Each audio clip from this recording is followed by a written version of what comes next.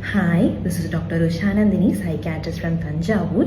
இன்னைக்கு ஸ்டாய்கிசம் ஃபிலாசபியில் என்ன சொல்கிறாங்க அப்படின்றத ஒரு ரியல் லைஃப் ஸ்டோரி மூலயமா புரிஞ்சுக்கலாம். டாக்டர் கோவிந்தப்பா வெங்கடசுவாமி அப்படின்னு ஒருத்தர் ஃபஸ்ட்டு எம்பிபிஎஸ் எல்லாம் முடிச்சு அதுக்கப்புறமா ஆப்ஸ்டெட்ரிக்ஸ் அண்ட் கைனகாலஜி படித்து ஆர்மியில் ஜாயின் பண்ணி ஆர்மி டாக்டராக இருந்தார். ஒரு 30 வயசு ஆகும்போதே அவருக்கு ருமட்டாய்டு ஆர்த்ரைட்டிஸ் அப்படின்னு சொல்லக்கூடிய முடக்குவாதம் நோய் வந்ததுனால கையெல்லாம் ஸ்டிஃப் ஆகிடும். அந்த நோயில் இந்த மாதிரி ஸ்டிஃப் ஆகிடும். ஸோ அப்படி ஸ்டிஃப் ஆகும்போது அவரால் ஆப்ஸ்டெட்ரிக்ஸ் அண்ட் கைனகாலஜி ப்ராக்டிஸ் பண்ண முடியலை. அதனால ஆர்மிலேருந்து வெளியில் வந்துட்டார். அதுக்கப்புறமா அவர் ஆஃப்தால்மாலஜியில் ட்ரெயின் ஆகிட்டு அதுக்கப்புறமா அவர் ரிட்டையர்ட் ஆனதுக்கப்புறம் கண்டுபிடிச்ச ஹாஸ்பிட்டல் தான் அரவிந்த் ஐ ஹாஸ்பிட்டல்.